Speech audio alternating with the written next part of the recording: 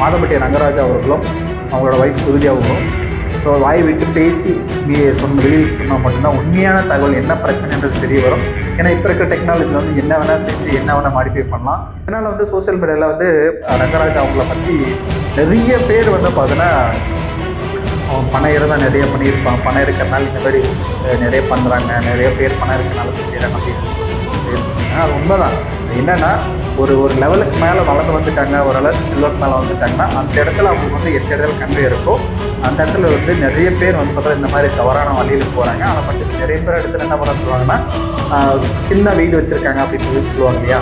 இது வந்து சின்ன சின்ன இடத்துல நடக்கும்போது அந்த விஷயத்தை வந்து தெரிய வராது. பெரிய பெரிய விஷயம் செலிப்ரிட்டியாக இருக்காங்க, சோசியல் மீடியாவில் வந்து பரவாயில்ல பண்ணிட்டு இருக்காங்க, சோசியல் மீடியாவில் நிறைய ரீச்சாக இருக்காங்க அப்படின்னா இவங்க வந்து இந்த மாதிரி விஷயத்தில் எதனா ஈடுபட்டாங்க எதுவுமே தெரிஞ்சு அப்படின்னா பயங்கரமாக பேசப்பட்டு இன்னைக்கு வந்து என்ன டாபிக் பற்றி பேச போகிறோம் அப்படின்னு பார்த்தீங்கன்னா மாதம்பட்டி ரங்கராஜன் அவர்களை பற்றி தான் பேச போகிறோம். ஏன் வந்து அவரை பற்றி பேசுகிறோம் அப்படின்னு பார்த்தீங்கன்னா சமீபத்தில் சோசியல் மீடியாவில் வந்து பயங்கரமாக அவரை பற்றி பேசப்பட்டு இருக்கு. இவர் 2வது திருமணத்தை பற்றி தான் பேசிட்டு இருக்காங்க. மாதம்பட்டி ரங்கராஜெல்லாம் வந்து 2வது திருமணம் பண்ணுவார். இவர் பார்த்து அந்த மாதிரி ஆளு கிடையாதுங்களே, நீங்க சொல்றது வந்து தப்பா இருக்குங்க, கொஞ்சம் செக் பண்ணி பாருங்க அப்படின்ற அளவுக்கு தான் சொல்ல தோணுது.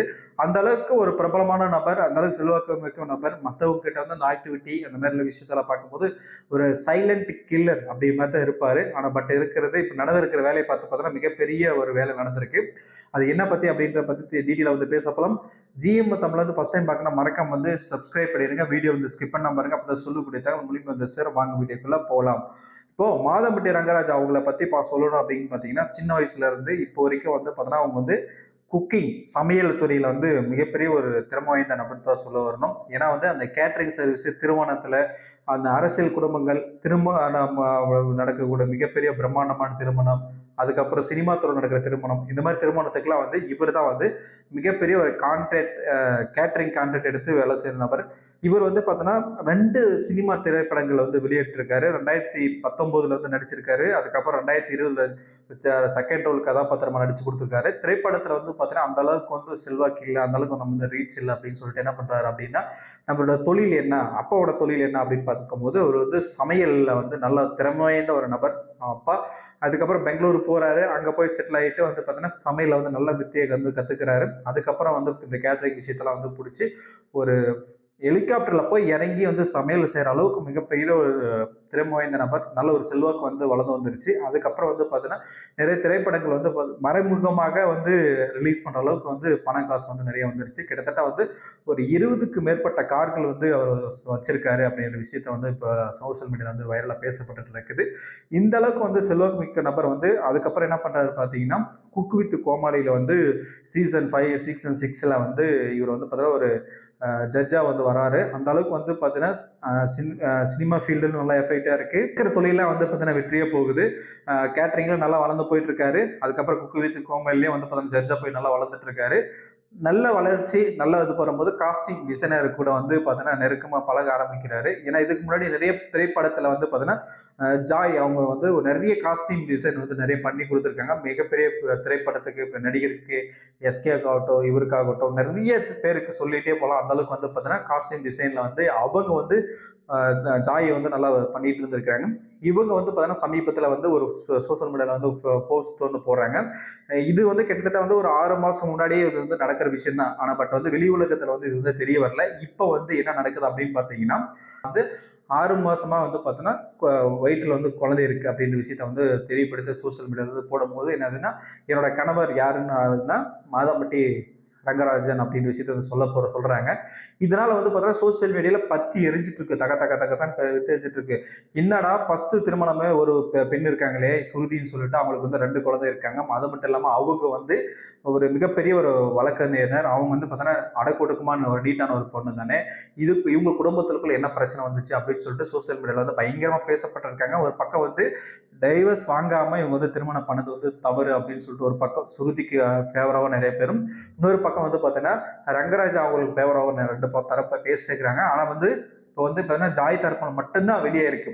அவங்க தான் வந்து 2 போஸ்ட்டை போட்டு 2 ஸ்டோரியை போட்டு வெளிப்படுத்தி இருக்கிறாங்க. இதுக்கு வந்து பார்த்தீங்கன்னா ரங்கராஜ் அவர்களும் ரியாக்ட் பண்ணல, சுருதி அவங்களும் வந்து பார்த்தீங்கன்னா ரியாக்ட் பண்ணல, அவங்க முதல் மனைவி ரியாக்ட் பண்ணல. இதனால வந்து பார்த்தீங்கன்னா சோசியல் மீடியாவில் வந்து உண்மையிலே இருக்குமா குடும்ப பிரச்சனை இருக்குமா அப்படின்னு சொல்லிட்டு சோசியல் மீடியாவில் வந்து இந்த பெண் எப்படி, அந்த பெண் அப்படி அப்படின்னு சொல்லிட்டு பேசி போயிட்டே இருக்கிறாங்க.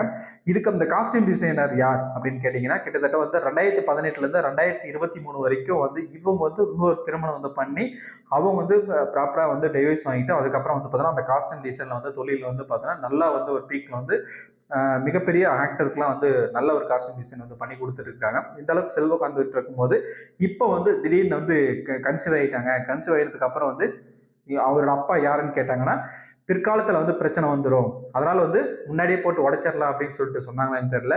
ஆனால் பட் வந்து நிறைய பேர் வந்து சோசியல் மீடியாவில் நான் வந்து பார்க்கும்போது நிறைய அட்வொகேட் நிறைய இடத்துல அதெல்லாம் பேசும்போது என்ன சொல்ல வராங்க அப்படின்னு பார்த்தீங்கன்னா, லீகலான ஒய்ஃப் வந்து பார்த்தீங்கன்னா சுருதி மட்டும்தான். இவங்க வந்து பார்த்தீங்கன்னா ஜாய் வந்து வரமாட்டாங்க. எந்த சட்டத்தில் எந்த கோர்ட்டில் போனாலும் லீகலாக வரமாட்டாங்க. வந்து ப்ராப்பராக டைவர்ஸ் பண்ணி ப்ராப்பராக வந்து மேரேஜ் பண்ணியிருந்தாங்கன்னா நீங்கள் சொல்கிறது ஓகே. இந்த மாதிரி இது பண்ணும்போது இவங்களுக்கு வந்து எந்த ஒரு இது வராது அப்படின்ற மாதிரி தான் சொல்ல வராங்க. லீகல் ஒய்ஃப் வராது, செகண்ட் ஒய்ஃப் அப்படின்ற விஷயத்த சொல்லிட்டு இருக்காங்க. அது மட்டும் இல்லாமல் இப்போ வந்து அவங்க ஜாயோட வயிற்றுல வந்து வளர குழந்தைக்கு வந்து இவர் ரங்கராஜ் தான் காரணம் அப்படின்னா, அவங்க வந்து பார்த்தோன்னா இன்னும் 2 குழந்தை இருக்காங்க இல்லையா, அவங்களுக்கு ஈக்குவலாக தான் இவங்களுக்கும் வந்து பார்த்தோன்னா அது என்ன பெனிஃபிட்டோ என்னென்ன கிடைக்குமோ அதெல்லாம் வந்து பார்த்தோன்னா அவங்களுக்கு ஈக்குவலாக தான் கிடைக்கும். ஆனால் வந்து ஜாயை பொறுத்த வரைக்கும் அவங்க சும்மா இருக்கலாம், கூட இருந்துக்கலாம் அப்படின்ற மாதிரி விஷயத்த வந்து சொல்லியிருக்காங்க. இவங்களுக்கு வந்து இவரோட சொத்து மதிப்பு கிட்டத்தட்ட இப்போ இருக்கிற தகவல் படி வந்து பார்த்தோன்னா பல லட்சம் மேலே இருக்குது, பல கோடி ரூபாய் இருக்குது அப்படின்ற விஷயத்த வந்து சோசியல் மீடியாவில் வந்து பரவாயில்ல பேசிகிட்டு இருக்கு. உண்மையிலே அவ்வளோ இருந்துச்சுன்னா கண்டிப்பாக இவங்களுக்கும் அந்த வயிற்று வளர குழந்தைக்கும் இவங்களுக்கும் வந்து ஒரு ஷேர் வரும் அப்படின்ற விஷயத்த சொல்லியிருக்காங்க. இதனால் வந்து சோசியல் மீடியாவில் வந்து ரங்கராஜ் அவங்கள பற்றி நிறைய பேர் வந்து பார்த்தோன்னா அவன் பணம் இருந்தால் நிறைய பண்ணியிருப்பான், பணம் இருக்கிறனால இந்த மாதிரி நிறைய பண்ணுறாங்க, நிறைய பேர் பணம் இருக்கிறனால இப்படி செய்கிறாங்க அப்படின்னு சோசியல் மீடியாவில் பேசிட்டு இருக்காங்க. அது உண்மைதான். அது என்னன்னா ஒரு லெவலுக்கு மேலே வளர்ந்து வந்துட்டாங்க, ஓரளவுக்கு செல்வாக்கு மேலே வளர்ந்துட்டாங்கன்னா அந்த இடத்துல அவங்களுக்கு வந்து எந்த இடத்துல கன்வே இருக்கோ அந்த இடத்துல வந்து நிறைய பேர் வந்து பார்த்தா இந்த மாதிரி தவறான வழியில் போகிறாங்க. ஆனால் பட் வந்து ஒரே இதில் போகிறதுக்கு அவங்களுக்கு வந்து மன வருதுன்றதுல அதில் சட்டத்தில் இடம் இருக்குது. 2 பேரும் வந்து ப்ராப்பராக வந்து டைவர்ஸ் பண்ணால் நம்ம வந்து அவங்க பாட்டில் தனி வாழ்க்கை வந்து வாழ்ந்துட்டு போகலாம். ஆனால் பட் வந்து இந்த மாதிரி டிவைஸ் பண்ணும்போது என்ன பண்ண போறாங்கன்னா, இவங்களோட ஒய்ஃபு அவங்களோட குழந்தைங்களுக்கு தான் மிகப்பெரிய ஒரு பாதிப்பு ஏற்படும். ஏன்னா வந்து அப்பா அம்மா கூட இருக்கிற வாழ்க்கையே வேற, இவங்க தனிப்பட்ட முறையில் இருக்கும்போது குழந்தைகளோட வாழ்க்கை லைஃப் வந்து சேஞ்ச் ஆகும். அதனால வந்து பார்த்தோன்னா நிறைய பிரச்சனைகள் வந்து குழந்தைகள் வந்து சந்திக்க ஆரம்பிப்பாங்க.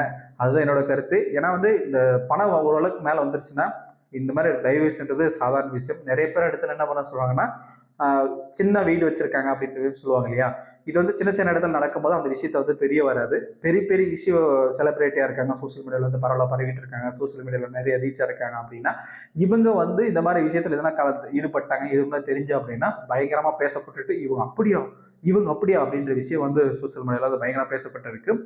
ஆக மொத்தத்தில் இப்போ வந்து பார்த்தீங்கன்னா ஜாய் அவங்க மட்டும் தான் சோசியல் மீடியாவில் போட்டு அது வந்து இது பேசியிருக்காங்க.